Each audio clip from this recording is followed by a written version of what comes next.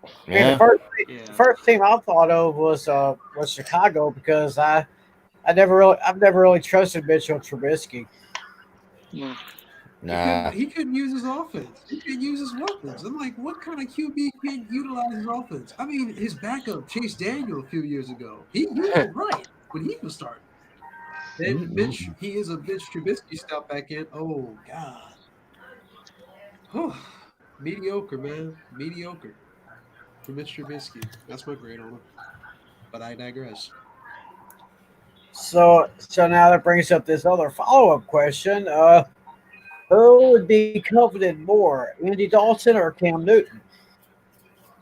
Ooh. Cam Newton. Oh God. Ooh. Would you say who do you trust more? Who would you covet more if you needed a quarterback? And Dalton. That's an easy one. Cam Newton. It's with the loser mentality that Cam Newton has had the last ever since he lost the Super Bowl to Denver. I don't think coaches would want that. They want someone who's more of a leader like Andy Dalton. Interesting. Yeah, I'm using the speed game. Like Newton's a lot faster. He's more physical. But I mean, all the unnecessary drama he caused in Carolina the last 4 or 5 years. That I don't think it's suited well. In a clubhouse when you're trying to go out there and win football games, that you look at the character of the guys and you see Cam Newton, especially in that post Super Bowl press conference 4 years ago, and he did not look good to talking to the media, and I don't think he's not someone a Belichick would like. I don't think Jacksonville would want him since they're tanking for Trevor Lawrence apparently this year. Mm-hmm. Yeah, I remember when seeing him that post game interview after the Super Bowl. He almost like he looked like he didn't really care. I guess he didn't seem like he didn't want to be there. Yeah. He just wanted to pack his bags and go home. Yeah, and I learned the hard way last season when I thought Cam Newton was healthy enough to start in the NFL, so that's why I drafted him in like the 10th round, and I looked like an idiot for doing that. Yeah, because that man was injury prone from the get go. Once he did that job with Peyton Manning to the Denver Broncos that Super Bowl, that's when it all went downhill. I'm glad Drew Brees wasn't the first one to do it. I'm glad as hell. That's why we got that ring. Oh, shit. I hear ya. Well, let's go ahead and talk about the next big quarterback taken overall at the 5th position, heading to the Miami Dolphins. That would be Tua Tagovailoa from Alabama. So, hooray. Hooray. Can I start on this one, Tim? go ahead. Go for it, man. The moment Miami tanked the season, they wanted to. I mean, let's face it. How many quarterbacks has Miami went through the last 10 years to find a premier quarterback? None. This was time for them to finally say, we're going to put the season in his hands. Let's go list the quarterbacks that Miami failed on. Chad Pennington. He was a joke. Yeah. All the rest of them, I mean, you guys can read. The thing is, Miami has been known for giving away star players, and it hasn't worked out for them. Let's go Lamar Miller. Where's he in? Houston. I mean, my God. Kenny Stills. Now he's... Wow. Let's say Houston. Laramie Tunsil. Oh, my God. Houston. I mean, do you see the pattern here, fellas? It's a joke. I mean, those were more Houston problems because the Texans missed on offensive line picks the last few years, so that's why they had to trade for Tunsil because their player evaluation was so awful, and that's why the Texans didn't have their first round pick this year because of their poor talent evaluation. Yeah, and that's why they got Miami leftovers. That's the problem here. I mean, Brian Flores needs Yeah. to step up this season. This is on him if they don't go 8-8 this season. That's it. I mean, then Yeah. yeah, that's true. And also, but the thing was, Miami really didn't have much talent last year. But yet the Dolphins still went to New England, took down the Patriots, and prevented the Patriots from getting the first round bye, and essentially ended their season and their Super Bowl hopes right there. So I think Brian Flores really did a good job in Miami, given the talent. But with Miami, they did have 3 first-round picks this year at 5, 18, and 30. 18 and 26. 26 they eventually traded with Green Bay for number 30, so Green Bay could get Jordan Love. But they get offensive line at 18. They get corner at 30. So they addressed a lot of needs, and I really like what I saw from Noah Igbinoghene from Auburn. Interesting. Anybody got anything else on to going to Miami? So, but Yeah, I I think it's a. but hold on. Go on, Shedrick. Yeah, what I was about to say is like I kind of figured like Miami almost ruined their tank and almost ruined their chances to get Tua. I felt like it was either he's going to Miami, whoever was next to pick him up. So Miami took him. So now I say to Tua, buddy, I say good luck. Godspeed, because your ass in trouble. So, I mean, the Dolphins were already one of my winners in the offseason before the draft even began because the Dolphins addressed a lot of different needs and got a lot of talent, especially when you look at what they've gotten with guys like Byron Jones and getting Eric Flowers, who had a resurgent season with the Redskins last year. He goes over and signs a 3-year deal. So the Dolphins are actually putting together a plan that'll help them in the long run. Do I think it's going to pay immediate dividends this year? Probably not, because you have a rookie quarterback. But when you look at how teams employ different strategies to win in both the short term and the long term, you got to applaud the Dolphins for what they did last year to get to this point. Yeah, I know. That's what I'm saying. If they ruined their tank, it would have went downhill. Yeah. It's not going to be a winning season, but give it 2 or 3 years. They'll be contenders again, hopefully. Because let's see, the Patriots, they got the Grim Reaper bad. Yeah, Patriots dynasty is done. Yep. All the threats. Yeah, I honestly think this move gives them the Dolphins second place. Like, behind the Bills. Because the Jets simply suck, so they'll be in 4th. Oh, yeah, it's a given. Yeah. Patriots dynasty is done for, so they're 3rd. Yeah. So yeah, First time. the Bills are in 1st. There you go, and by default, Dolphins second place. Second place. But I think for the first time in like 30, 35 years, the Jets have a real general manager, and I thought the Jets did a really good job in the draft last night. That they traded down in the second round, and they still got their guy to be their number 1 receiver in Denzel Mims. So and they got some more depth in the later rounds. So I thought Joe Douglas, who came over from the Eagles, did a really good job with the Jets draft, and they were actually one of my draft winners this year, believe it or not. But the AFC East is definitely going to be interesting, and yes, I am with you guys that Buffalo is the team to beat in the AFC East. Yeah, I mean, unless the Bills get a lot of injuries, Dolphins could be in 1st. But that's the only way that will happen, is if the Bills get a bunch of injuries. No, that's not hold on, Natalie. The only way Buffalo's gonna lose out is if Josh Allen is out for the season. That's where I would start worrying. Till then, that's what I was saying. A bunch of injuries. I know, but I don't see Josh Allen getting hurt this season because me and Flynn were fighting about this last season if Josh Allen was going to be relevant, and he proved everybody wrong. And that's why I drafted him as the backup, as my backup, which I eventually put in as my starting quarterback. And you look at the different ways he was able to contribute to Buffalo's run to the playoffs. Oh yeah. Interesting. The only thing that stands in the Dolphins' way though of getting in second place is the Patriots' defense. Unfortunately, they still have an elite defense.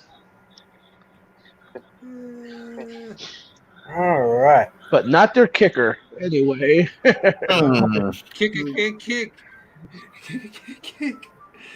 That gives All me right, joy. guys. The kicker's supposed to be like, Here is the pick that had a lot of people scratching their heads. 26 overall pick. The Green Bay Packers select quarterback Jordan Love from Utah State. So it seems to me, with everything I've been hearing over the last 7 days, Lynn, I'll start with you. Mhm. Do you think that bad man is now that madman? Well, if you listen, oh, That's yeah, it's Marty, save that for me, brilliant. please. Freaking But brilliant. Well, I mean, it's live anyway, so it's going to be saved anyway. yeah, Yeah. but I think when it comes to the Packers, well, first of all, if you followed my podcast, I did predict the Packers would A, trade up, and B, get Jordan Love, but not with from 30 to 26. I had Green Bay taking a pick at 30 and then moving up to 31 in a blockbuster trade with San Francisco. But in that regard, the Packers go along with their tradition of grooming their quarterbacks toward success in the future. And to your question, Tim, about Aaron Rodgers, I think there's a real possibility that Aaron Rodgers will be throwing passes a couple years down the line with a team other than the Green Bay Packers, just like what happened with Brett Favre 15 years ago. But do I like Jordan Love? Yes, he was the fourth best quarterback in this year's draft. But you have to surround A, the present, and B, the future. And as much as I understand why the Packers did this, that the rest of their draft didn't make sense either. They drafted a third string running back with their second round pick, and they drafted a third string tight end with their third round pick. And they didn't address their team needs until the fifth round. Sorry, that's a recipe for failure. As much as I hate to say it for the Packers, that's a recipe for failure. Medina, what you got to say? All I'm going to say is, and my good friend Bill Rossetti from the Philadelphia Gazette was telling me, now that Matt LaFleur and whoever the general manager is in Green Bay, who gives a shit what his name is. Brian Gutekunst. I thought his last name was Burnt Toast, but anyway. Oh, God. Good one. The real question is, he's a good friend of mine through James. Will we see Aaron Rodgers in a Vikings uniform or in a Patriots uniform? Because if you're going to put Jordan Love over Aaron Rodgers, you're on crack. Right. You're definitely on crack here. And there was a lot of speculation that we could see Aaron Rodgers more with the Vikings, but wouldn't that put Kirk Cousins, the odd man, out? Who knows? Another thing too, where so Kirk Cousins just signed his contract extension for 2 years, so he has 3 years left of team control, and Aaron Rodgers will be 39 or 39, I believe, in 3 years, which was the same age Brett Favre was when he joined the Minnesota Vikings back in 2009. Yeah, but the real issue here is if they didn't really need Jordan Love here. I mean, what does that tell you? Is Aaron gonna leave, or is he just gonna train Jordan Love and show him the playbook? Because I think this is a slap in the face to Aaron Rodgers. In my point of view, this is a slap in the face. Unless you guys say otherwise.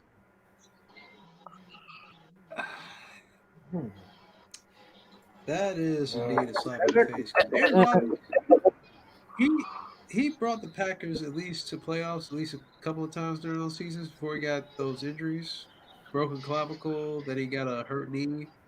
Bears thought they put him down. He came back like the freaking Terminator. Broke that deficit. Oh Jesus! See, I'm But choking on that. But also still, yes. another thing too with the Packers, like in defense of Green Bay, that they did have an offensive line for once. They did have a running back in Aaron Jones who took a lot of the pressure off Aaron Rodgers, but the reality of the situation, believe it or not, was that Aaron Rodgers played more like a game manager last year, and he every all pretty much the entire time except for those two debacles in San Francisco, one during the playoffs and one in the NFC Championship game. He gave the Packers a chance to win football games, and when you look at what the Packers were able to do, they pretty much went 13-3, but their schedule was rather light, as a matter of fact. That they played the weak NFC East. Um, and who else did they played the the AFC West, I believe, which had teams like Denver, the Raiders, and the Chargers who couldn't have their own ways last year. But the Packers weren't as strong and they were a pedestrian 13-3 team. Interesting there. So, yeah, this one kind of scratched my head a little bit too. I mean, I think Aaron Rodgers is kind of feeling a little bit disrespected in a way. So,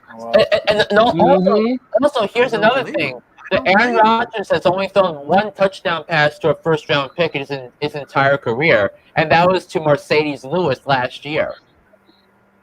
interesting.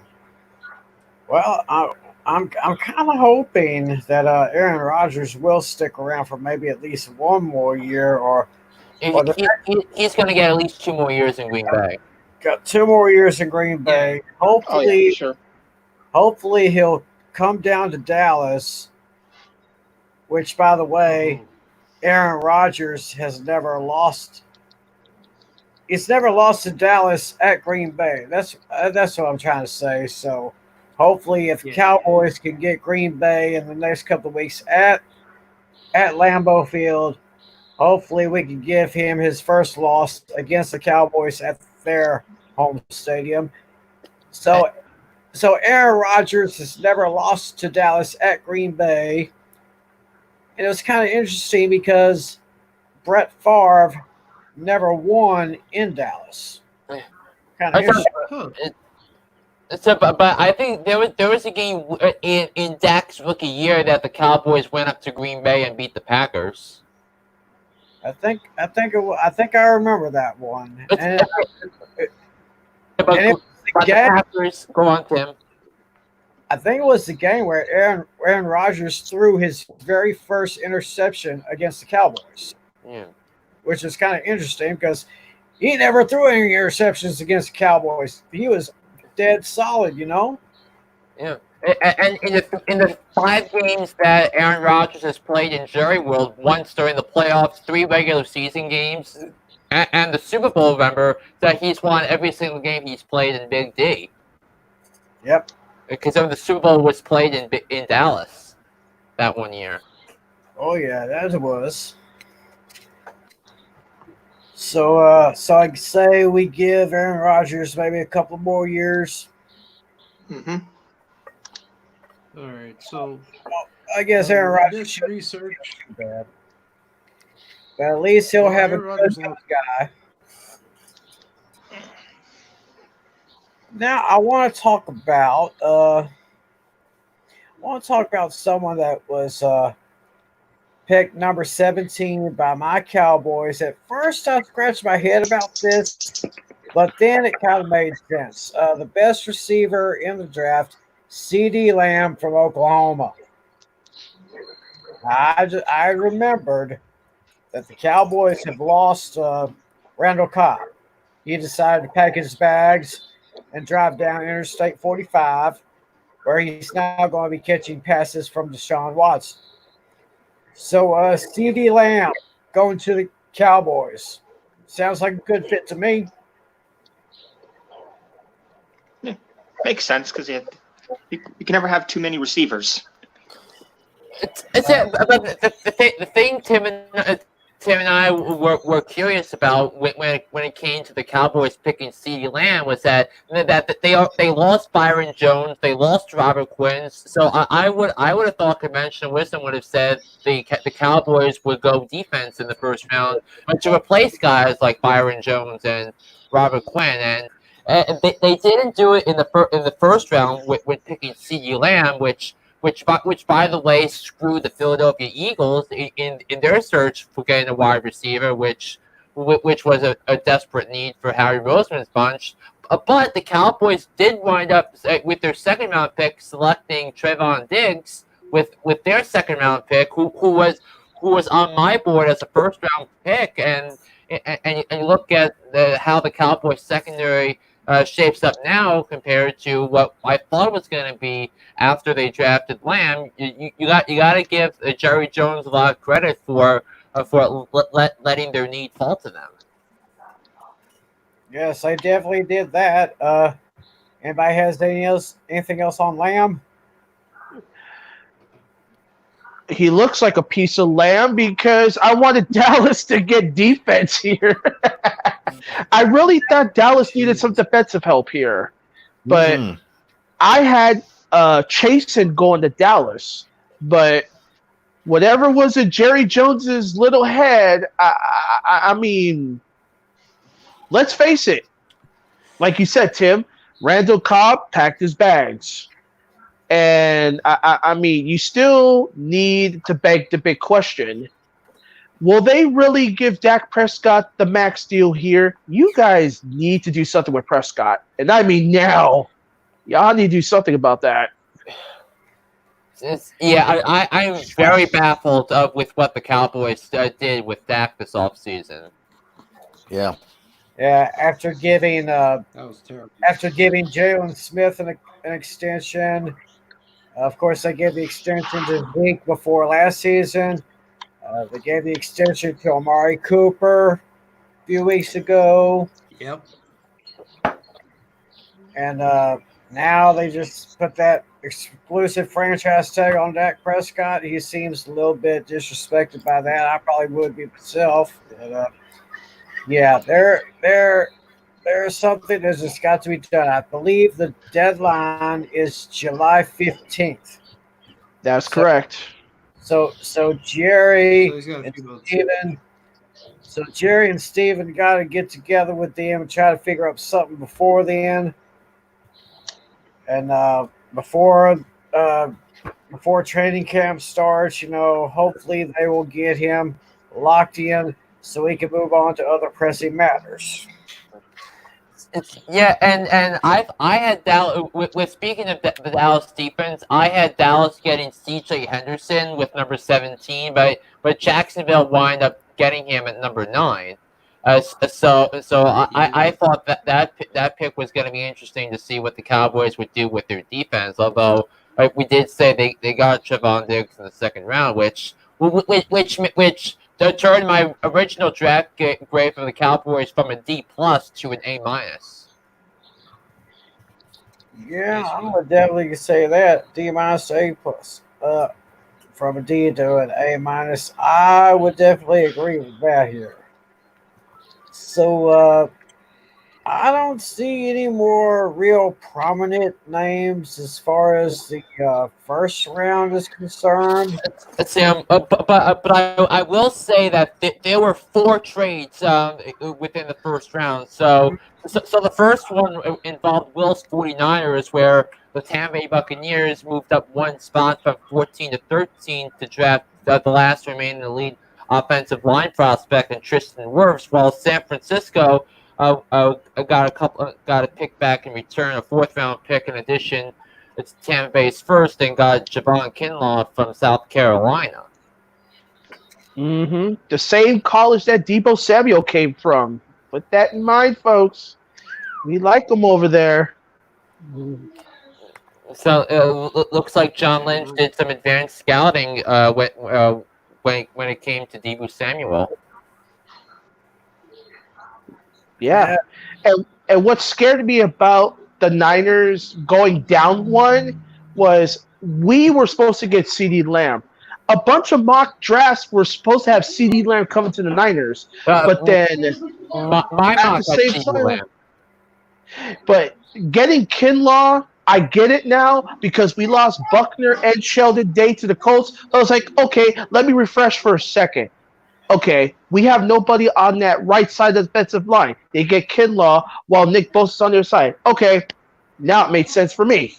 But I mean, San Francisco didn't have the flexibility and freedom to take guys like CeeDee Lamb and others in the first round because they had holes to fill, holes that were left behind by players that were essential to San Francisco going to the Super Bowl, like DeForest Buckner and Emmanuel Sanders, which San Francisco addressed with their second round pick, and their second first round pick, and taking Brandon Ayuk from Arizona State.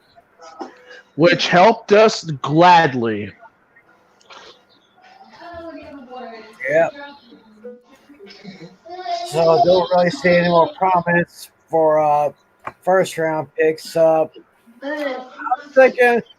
was thinking maybe each one of us could talk about our teams and how they did in the drafts. So, Flynn, talk about the Giants, how they did in the draft this year. I heard a lot of experts say that their draft was a little below Get down average. from there. Get her down from there. Actually, wasn't that bad, Tim? Wasn't actually that bad because the last 2 years that Dave Gettleman had been preaching offensive line and hog mollies, but he didn't do that with his previous 2 first round picks, which of course he used it for Saquon Barkley and Daniel Jones. But with Dave Gettleman potentially on the hot seat, he pretty much had no choice but to draft an offensive lineman at number 4. So whether it was Jedrick Wills or Tristan Wirfs or Andrew Thomas, that he was going to pick one of those 3. I would have preferred the Giants to take Isaiah Simmons, the uber talented linebacker from Clemson. So, but I think the offensive line was more of a need, especially if you're building around a guy like Daniel Jones. So, but I don't mind them. But I just didn't want the Giants to take Becton with overall pick because my rankings of that 4 offensive linemen with Jedrick Wills, Tristan Wirfs, Andrew Thomas, and Mekhi Becton. I had Andrew Thomas number 3, but in reality he wasn't that far behind Wills and Wirfs. So I'm actually pretty happy with that. But then in the second round, the Giants wound up taking their free safety Xavier McKinney from Alabama, who had first round grades from a lot of different teams, and the Giants wound up getting him with their second round pick, the 36th overall pick.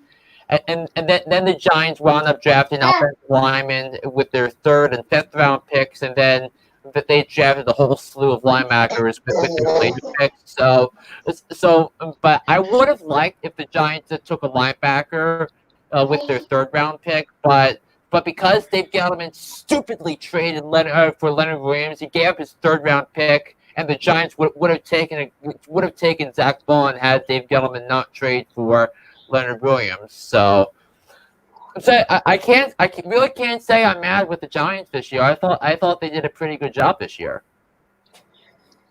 Very interesting, very interesting. Medina, talk about the 49ers, how they did. All right. Me and Angie, we were sitting right here in our bedroom talking about we gonna get lamb.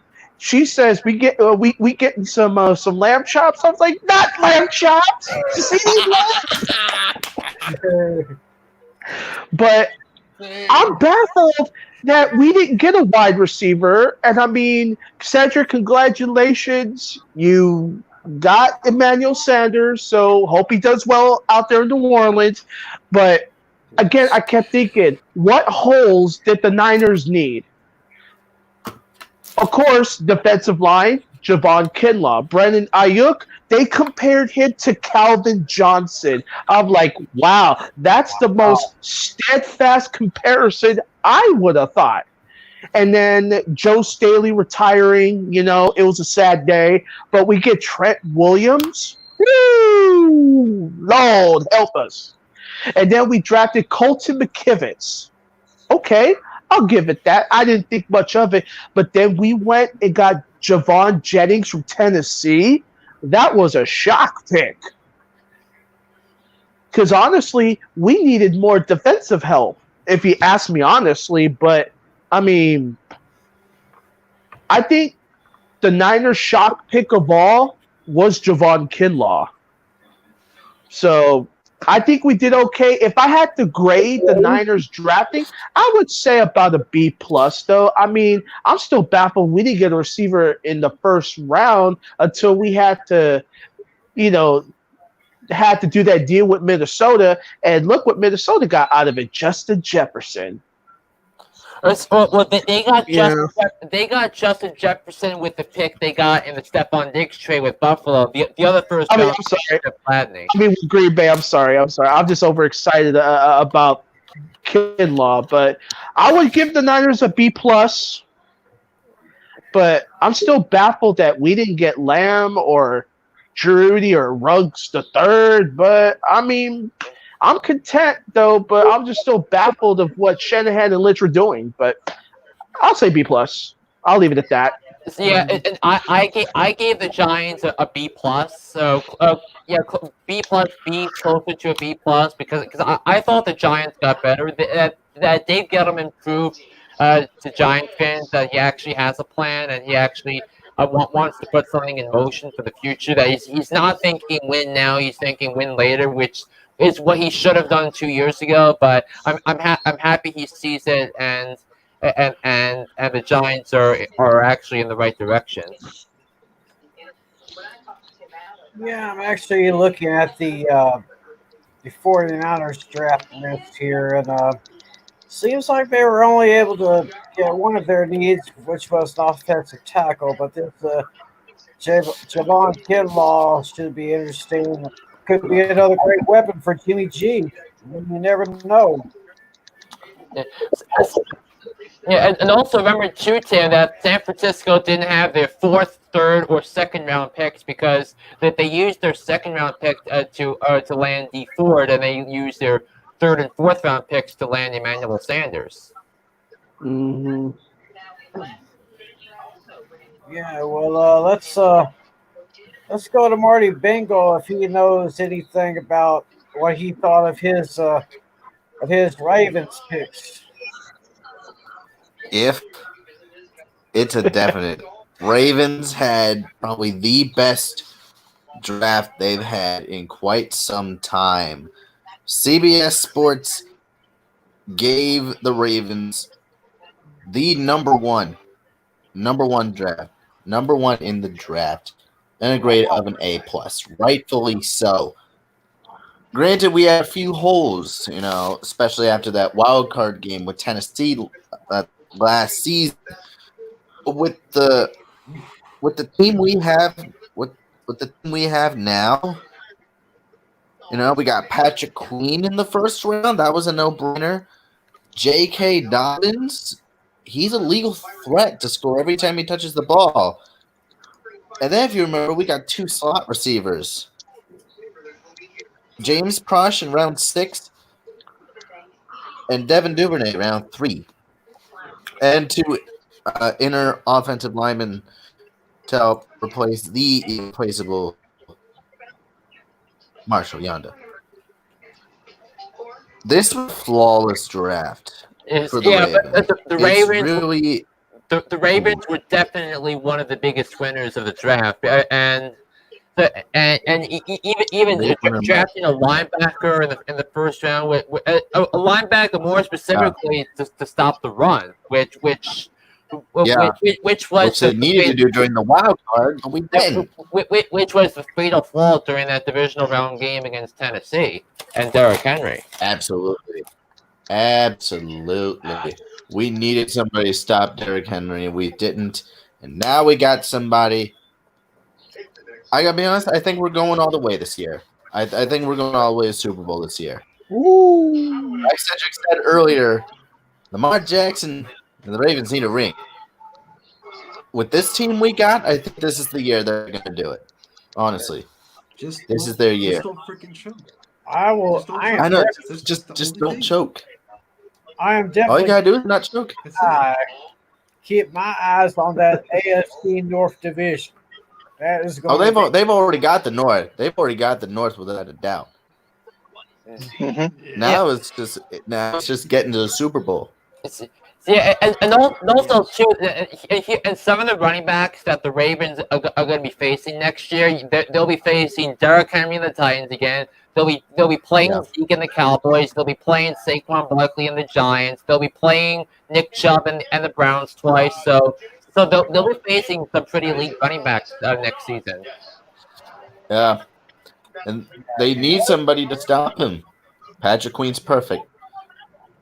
Flawless draft by the Ravens. I noticed that not too many running backs are taken in the first 2 rounds, so maybe next year will probably be. They may be a little running back heavy there. Yeah, That's Perhaps. but also the value of the running back has changed over the last few years. Of that when you see the extensions of running backs that have been given out, like Tom Gurley and Ezekiel Elliott, and 3 weeks ago Christian McCaffrey, that you have to look at what can they do after the extension to help with other parts of the team, and the Rams. Right? The Cowboys the Cowboys think they have a plan that can surround themselves with a few more years of elite Zeke with the roster they have, and then Carolina that they can mold McCaffrey to being the undisputed face of the interesting right there. Cedric, I'm looking at your New Orleans Saints draft page here, and I only saw like It's unorthodox. I know what you're thinking. They only have like 4. Yeah, they got 4. yeah, and, 5. I guess we all agree that Drew Brees has at least 2 more good years, right? I think Yes. he Now, only has one. I think this is going to be Yeah, his I last think he's year only as a got one. starter. Because you have Taysom Either this Hill. year or next year. Actually, Yeah, either this year or next year. I think it's going to be his last good year. can't wait. 2 at the max. 2 at the max. 2 max. The reason why I say that is because the Saints got a lot of potential. They have already 3 other quarterbacks besides Drew Brees.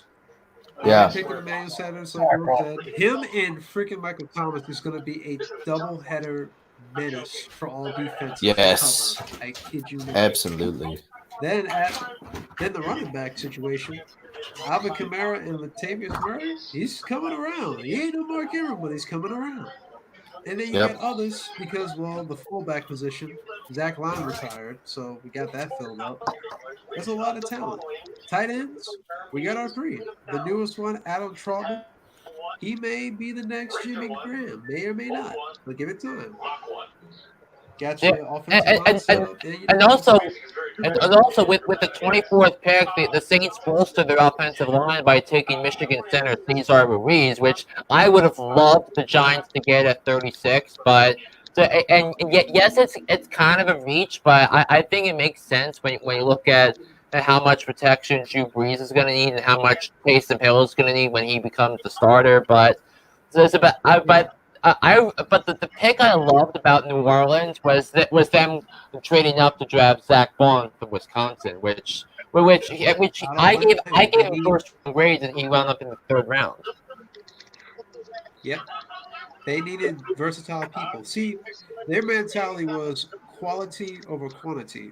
Because in case they could get some cuts, they get an extra $13 million, which means they can help out the organization and possibly get a Super Bowl ring. Possibly. So my grade for the Saints, straight up A. Because, dear God, it was unorthodox, but effective. Just a straight up A, if you can see it. There we go. Very interesting there. Well, I guess we all can agree that the Baltimore Ravens was pretty much the big winner in this year's draft. Yep. Yeah, But you would have to say that probably the runner-up team for having the best draft this year, right here, buddy. Yeah. Yeah, Yep. and I also want to throw in another team out there. Another team that I consider as one of my winners, the Denver Broncos. I thought the Broncos had a sensational draft that I warned the Broncos not to trade up from 15 to 10 to get Jerry Jeudy. Instead, if they let Jerry Jeudy round up in his lap at 15, you're gonna have a full year of Drew Lock with Lock getting the experience last year in the last 4 or 5 weeks, and I thought he played pretty well during that time. And now he's got a talented duo of wideouts and Jerry Jeudy and Cortland Sutton out in Denver, and I think with the environment and with the defense that Denver employ with Vic Fangio and company, I think the Broncos are going to be a dark horse contender to make it to the playoffs. Interesting. Yeah, let's just take a look at that list right there. Pretty interesting. But well, I gotta take some time to talk about my Cowboys. I have to give my Cowboys probably an A minus. Yes, we did talk about CD Lamb. Okay for him. But we did talk about some players that we lost earlier. Randall Cobb going to Houston. Jason Witten. He's no longer with the Cowboys. He's gone to Las Vegas to play for the Raiders, as well as defensive tackle Malik Collins. We also defensive end Robert Quinn to the Bears. Also, Byron Jones, corner, lost him to Miami. Safety Jeff Heath is back, heading down to Las Vegas as well. And our great center, Travis Frederick, 1 year after coming back from an illness that we were so scared of, but he came back last year, played pretty good, but he's decided on a career. But in the second round, very interesting pick, probably the most interesting pick the Cowboys made, Trayvon Diggs, quarterback from Alabama. We definitely got the corners. We also got ourselves another corner in the fourth round. We got Reggie Robinson II from Tulsa. So that will definitely help there. We put Neville Gallimore, defensive tackle from Oklahoma. And we got a defensive end, Brady Anai from Utah. I think that's how you pronounce his name. Our last pick, seventh pick, was Ben DiNucci, the quarterback from James Madison. Now that kind of had me scratching my head a little bit because of the Dak Prescott situation right there. So overall, I'd say, like I said, I'll give the Cowboys an A minus. This is probably one of the Cowboys' best drafts in the last few years. So, anybody care to say anything about the Cowboys?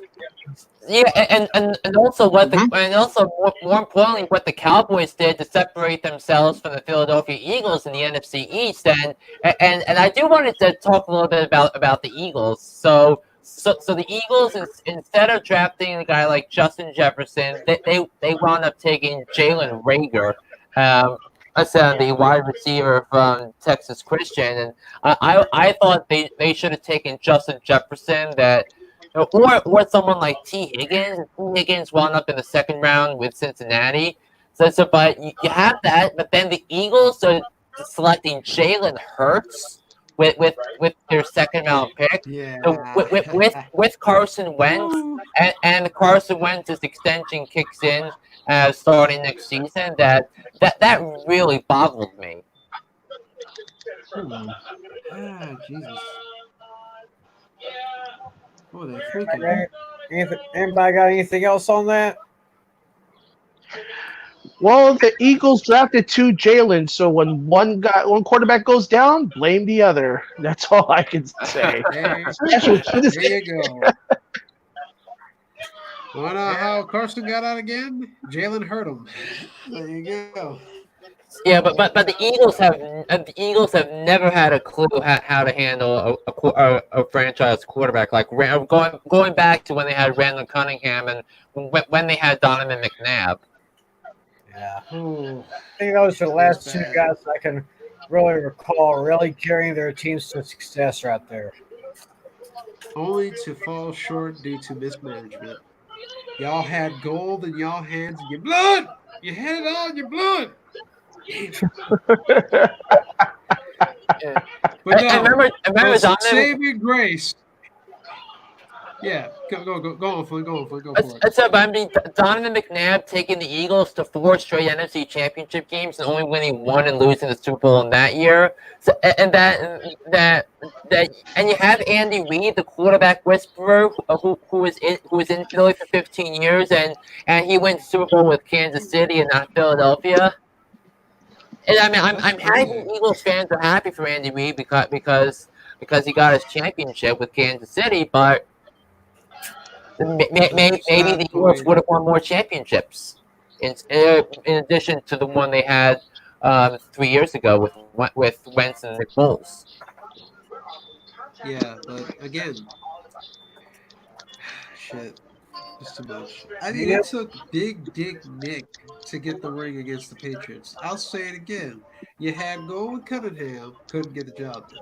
You had him with McNabb. He got you to the Super Bowl. All you had to do was guide the man to victory. But instead, you guided him to the path of infamy and self-destruction. Because later on, he went to the Redskins and then retirement. That's not a good way to go out. But I digress. At least freaking Mahomes beat the Madden curse. Sorry, Antonio Brown. You got the stick on that one. Jesus. Antonio Brown, first ballot Hall of Fame talent. Antonio Brown, first ballot Hall of Fame clown. Hall of Fame drama queen in somebody else's heart. Oh I yeah. was hoping I wouldn't hear Antonio Brown's name because I've heard it too much already. Sorry. Oh God. But it was Yeah. just damn. I mean, but we digress. I guess we could end this show. Antonio Brown, what happens? What happens now? Obscurity. And that last thing we heard about him, he's trying to get to Tampa Bay. I wouldn't touch that. You got Gronkowski. I wouldn't touch that either. I mean, for Christ's sake, you got OJ Howard. You got Chris Godwin. Mike Evans. Mike Evans. Jesus Christ. No, again, I'm sorry, man. Shit. We know with Mike Evans, but damn, come on, Tampa. You got to make me remember y'all asses. Shit. Not Jameis freaking Winston with 30 for 30. God. And that's why he's with your team. The only reason why is because of the Tampa Bay playbook. That's the only thing I could think of for that 1 year deal. They want to read Tampa Bay's playbook. That's what it is. Oh, I don't man. know what to say.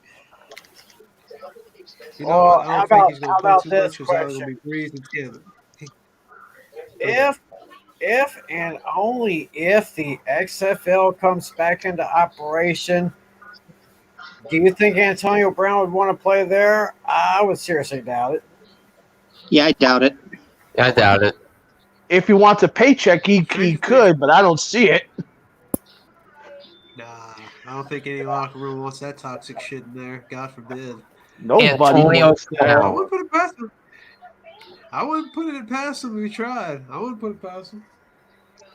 Psychopathic fool.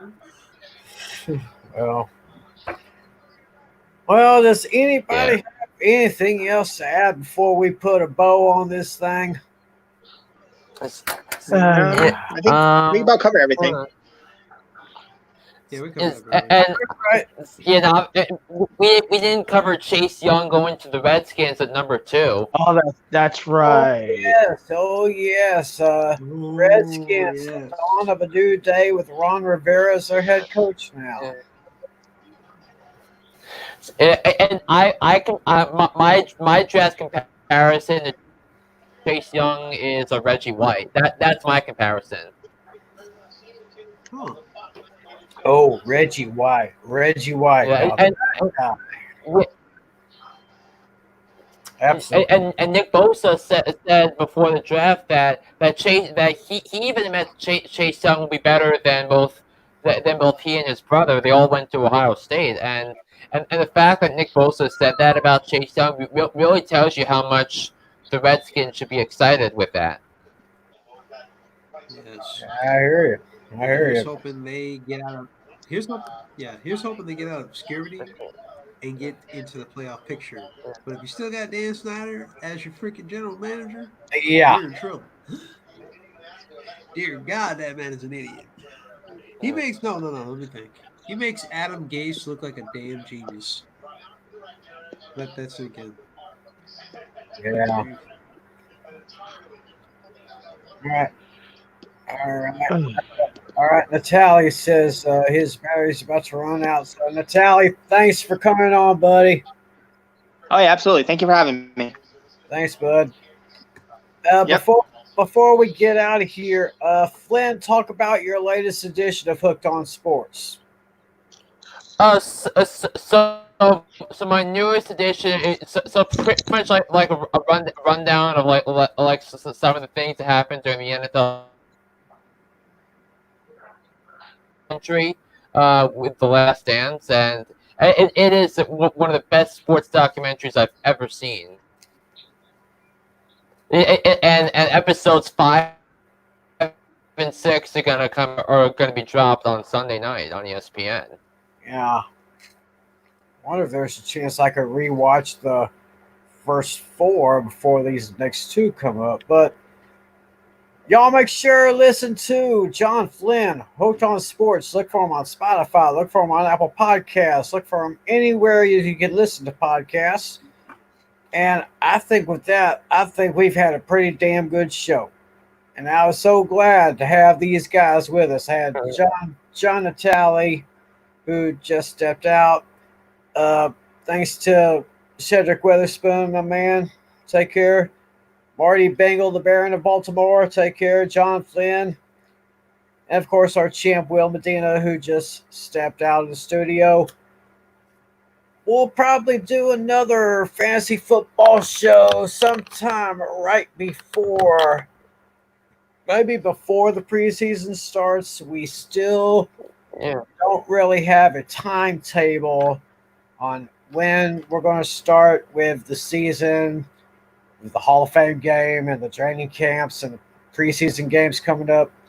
But just keep watching ESPN or Fox Sports or NBC Sports Network, CBS Sports Network, wherever you watch sports. You'll stay informed, and hopefully this coronavirus will go through and we can get back to some football. Amen. Amen to that. So that's going to do it on behalf of John Natale, Will Medina, Cedric Witherspoon, Marty Bengal, and my buddy John Flynn. My name is Tim McClellan. Thanks for joining us. And remember, folks, be a good sport. See ya. See ya.